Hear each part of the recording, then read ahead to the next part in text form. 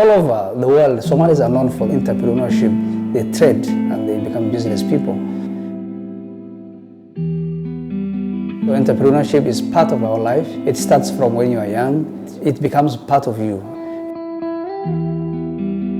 My name is Abdi Mohammed. I am currently Somali Association of South Africa Western Cape Director. It's a non-profit organization that was formed in 1996. Our aim is to foster for integration among refugees, asylum seekers, and local South Africans. From 1994, after independence, Somalis have started to be here in South Africa.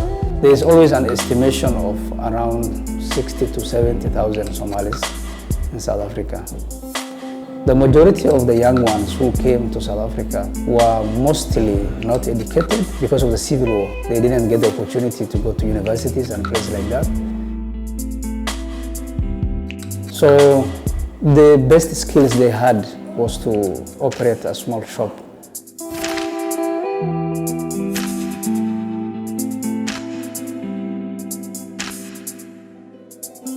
A Spaza shop is actually a language used in South Africa. It's a small house shop that is open in a busy township, in the informal areas mostly.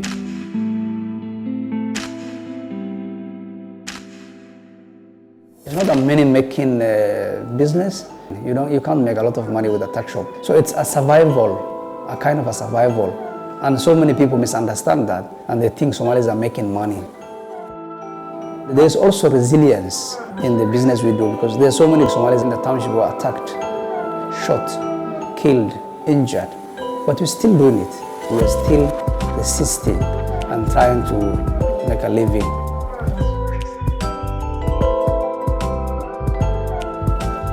When you talk about the issue of xenophobia, sometimes you'll be unable to get an answer for it because one thing that's a fact that happens always is that whenever there's service delivery protest, the people will suffer most are foreign nationals. Sometimes you'll ask yourself and say, okay, the people are looting grocery shops. Is there a kind of poverty that forces people to take the food they're taking from those shops?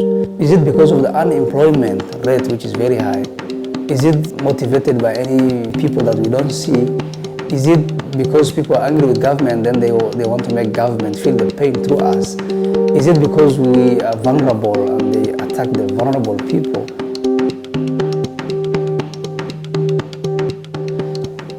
There's a lot of misinformation about how we do business. So we thought we need to engage with the local communities to explain to them what is happening with the Somali communities, why they are there in the township, how do they do business, how do they support each other.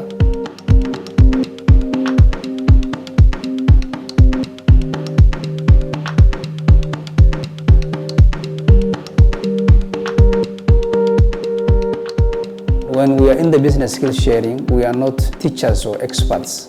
We are just sharing what we know with the local people and they're sharing what they know with us as well. And we normally receive questions. Why are you prospering? What is making you successful? That kind of thing. So I think one of the most important aspects that makes Somali businesses successful is the trust between them. Trust is the key.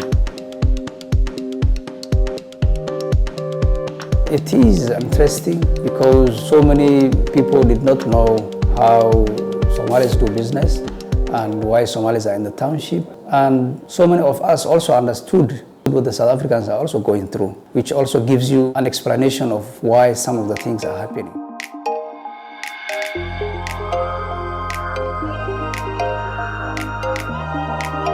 You'll find in many countries there is open business market where everyone is trading. Countries like Kenya, there's a suburb called Eastleigh where Somalis are inhabiting. In Nairobi, it's attracting people from East and Central Africa. And they just go to that suburb to go and buy stock from there. Open market business needs to develop in South Africa. And it can be one of the best markets in the world if that develops and people start to have that passion.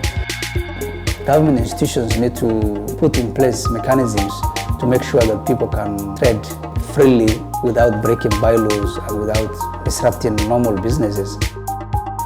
There's no need for high unemployment rate. Why should people wait for governments or companies and corporates to give them jobs Why don't people do something for themselves? It is possible. It is possible in poor countries. Why not South Africa?